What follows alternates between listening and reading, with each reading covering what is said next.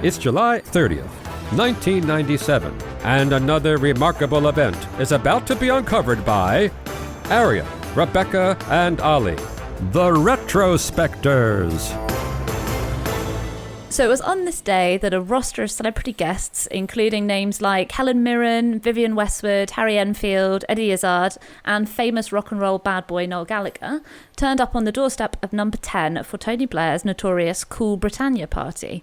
This was 2 months after Blair's Labour Party had unseated John Major's Conservatives in a landslide, and it was supposed to mark this whole new era. The Tories had been in power for almost 20 years before. They'd got quite grey and old and stale, and then New Labour was basically like New Coke, proved actually quite unpopular in the end. But the idea was that forget about men in flat caps working in big factories with sparks everywhere. The New Labour is going to be all about culture and coolness, and we're friends with artists and musicians, and that's what Britain's going to be about. Cool soft topics and maybe a little bit of financial banking on the side in the city. And so this Cool Britannia party was supposed to be celebrating this lovely union between all of the great British culture and Tony Blair's new administration. And with that introduction, Rebecca, you've summarised the entire episode. Beautiful. No need to listen to it anymore. See you tomorrow. Like, the cast who turned up to the party were the people who were sort of regarded as being this 90s version of the swinging 60s, that they were the cool musicians, and they were the Richard Curtises and the Danny Boyles and the Spice Girls, and there was sort of everything was wrapped up in this package of what Britain could be post Thatcher. And it's sort of, you could understand why Alistair Campbell may have had in mind that somehow piggybacking on that particular new version of cool would do wonders for the incoming Blair regime. Well, and Noel Gallagher afterwards, he came under fire, and he said at the time, of course I accepted the invitation, I'm just a, he sort of played that I'm just a working class lad and my mum would have killed me if I didn't go, that kind of thing. And he also, he's tried to sort of make it seem punkier in retrospect. He claimed that he snorted coke in the Queen's lavatory in number 10, but you can't help but think that maybe he made that up later. I think Noel Gallagher caught a lot of the flack because the defining photograph of the night was the shot of Tony Blair sort of chuckling away with Noel Gallagher, and Damien Hirst is in the background. But apparently Noel Gallagher has since said he was asking why there was no beer because, quote, I hate champagne. Do it still sounds like a party that I'd quite like to have been at. Like, yeah, no surprise Eddie Izzard. You'd totally fit in, wouldn't you? Oh, you'd be brown-nosing your way around that whole room. I don't know how to take that. But, I mean, there's fun people. Well, you wouldn't be asking about the beer, would you? Quaffing champagne in the corner with Lenny Henry. And although in retrospect, I think the whole idea comes off as a bit cringy, because I do think that Tony Blair, although I don't know if the average person thought he was super cool necessarily, but he had some kind of, he used to be in a band, he'd had long hair when he was younger. He was very different from the Thatcher and especially John Major, who was, famously quite grey. But looking back now, it does seem weird that a politician would be perceived as cool. And in fact, in 2014, David Cameron tried to throw a party that was kind of, it's widely seen as being his attempt to do Cool Britannia, but a lot of celebrities declined to go, and those in attendance were not exactly punk legends. The big names are Michael McIntyre, Cilla Black, Bruce Forsyth, and multiple guests explicitly declined to back the Conservatives when they were asked by the press. They said, I'll go, but don't think I'm going to be voting Tory. So it was a very different affair to, not to say that the Blair one was very cool, but there was a difference. There were certainly some guests who were pleased to be there and who believed in the whole New Labour project. Yeah, but it was a marker of David Cameron's moderate success in that sense that anyone was prepared to go to his party. I mean, that's the point about this original Cool Britannia, was that no one would have gone to Thatcher's party or John Major's party in the world of arts and culture. Literally everyone made a public thing of hating the Tories. It was just what you did. Whether you're talking about David Hare writing plays at the National Theatre or Damon Albarn on Top of the Pops. The idea that, any Conservative Prime Minister could get anyone remotely cool to come to their party would have seemed just absolutely impossible. Whereas at least by Cameron's era, it was like, yeah, you're not going to get Chumbawamba there, but you are going to get Brucey. Weirdly enough, it's John Major who apparently has the credit for popularising the phrase Cool Britannia.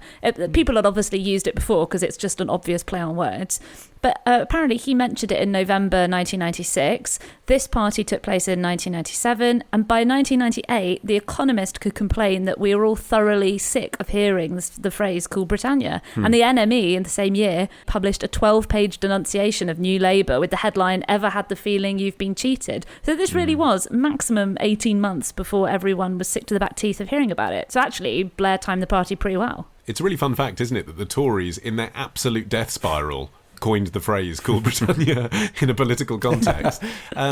Because it's one that, if it happened now, would be all over Twitter, and we'd all know that, wouldn't we? If a new Labour government came in now and they used a phrase that had been invented by Jeremy Hunt, it would all be absolutely attributed at source. But the point was, all of the press were on Team New Labour at this point. There was no one who really wanted Blair to fail. He was the youngest Prime Minister we'd had since 1812. There was this kind of cool rock and roll vibe. Even the Conservatives admitted they'd been in power a bit long and it was a bit stale and embarrassing. So there was no one to point this out. But yes, the phrase Cool Britannia was in a press release issued by the Department of National Heritage, then led by Virginia Bottomley, in 1996, in which it said, "London is universally recognised as a centre of style and innovation. Our fashion, music and culture are the envy of our European neighbours. This abundance of talent, together with our rich heritage, makes Cool Britannia an obvious choice for visitors from all over the world." Not my words, Virginia Bottomley. And that is now attributed so firmly to the New Labour movement. It's kind of fascinating, isn't it, how it got twisted? It did strike me that there was something so nationalist about the whole Cool Britannia thing. It was Union Jacks. It was, Britain does this better than everyone else. And I think also, crucially, it's the Britain aspect, isn't it? This is a time, like I was 6 at this time, but this is the time, I think, when I remember the idea of having a British identity really started taking force, rather than being English or Welsh or whatever, because those were kind of seen as being implicitly exclusionary to people who didn't have their ancestral roots in those countries.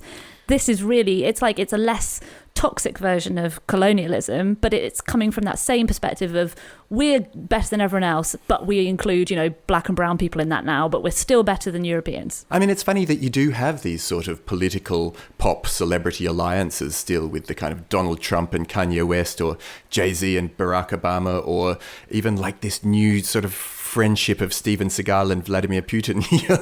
It's weird that people didn't look at the Cool Britannia party and just go, no more of that kind of thing. It doesn't work. No one benefits from it. Let's just not be friends. It certainly hasn't with Kanye West and Donald Trump. And you can't imagine who it would work with. Apparently, we've got Tony Blair to thank for this awful practice that we all loathe and despise of politicians being made to tell us all their favourite bands, which makes sense because when I think about it, I'm sure nobody ever asked Margaret Thatcher or John Major who their favourite bands were. I think it's quite a useful question, actually. I don't think it is a flippant question to ask the person who wants to be Prime Minister what their musical taste is. I think it's a way that people can relate to them, and I don't see why it has to be something that needs to be obfuscated.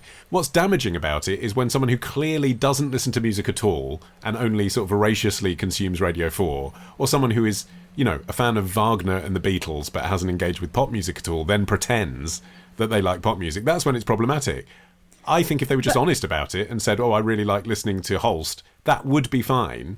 And the public can see through it, which is why it's a useful question. And I remember Gordon Brown pretending to like the Arctic Monkeys. I mean, that was absolutely excruciating. Clearly, it's just not his world, is it? Like, he obviously, for fun, would read old copies of the Bible. That's what he would do for fun. And he should have just been honest about it. I mean, I remember David Cameron saying that he liked First Aid Kit, which did strike me as an absolutely authentic, choice from him. But then, as a result, I think they had trouble selling some of their gigs. But he fell foul of that same thing by losing track of which football team he pretended he'd been a fan of. Oh, yeah.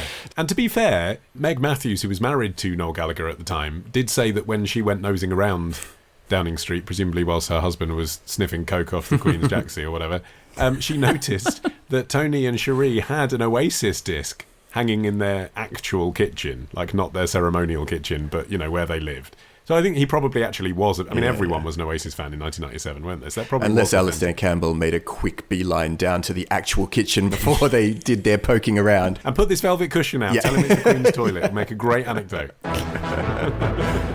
Tomorrow. His body was apparently found in a well belonging to a Jewish man.